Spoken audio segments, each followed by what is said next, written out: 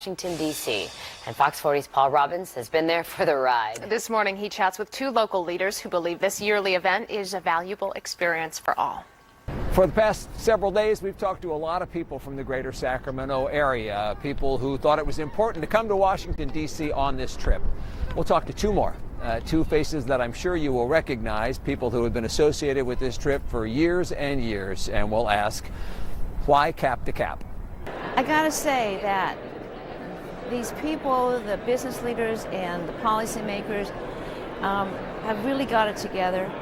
They know what they have to do. It is extraordinary. You know, it really is a trip that not only involves business leaders, but some of the nonprofit leaders of the community, as well as elected and appointed officials. And they've got it. They're very good advocates for the region, and it's been remarkable. Doris and Daryl are clearly fans of the cap to cap crowd. To see them together advocating in their particular way is really, to me, very exciting. And having them see how government works here is not always easy.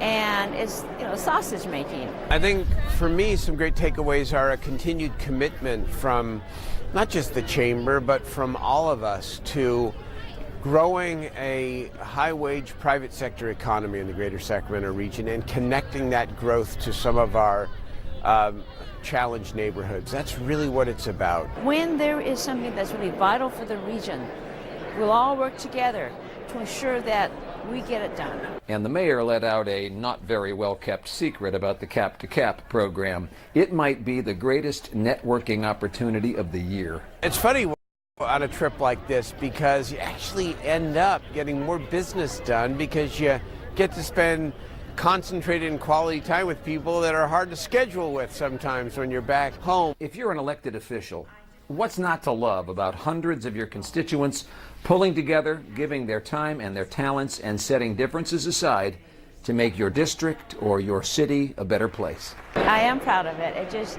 demonstrates that we are very connected as a region. It doesn't matter where you're in a city or you're in the suburbs or you're in a rural area. We work together. I think the last few weeks have really revealed what we already know about our community, which is that we have a great community, and it is rich in terms of its history and its civic culture. And a lot of it's represented here now with the Cap to Cap trip in Washington, D.C. So the mayor and the Congresswoman obviously see a lot of value in this great effort that is made every year to come to Washington, D.C. It's the same vibe you get from everyone that attends over the past several days. I'm confident there will be a Cap to Cap 2019.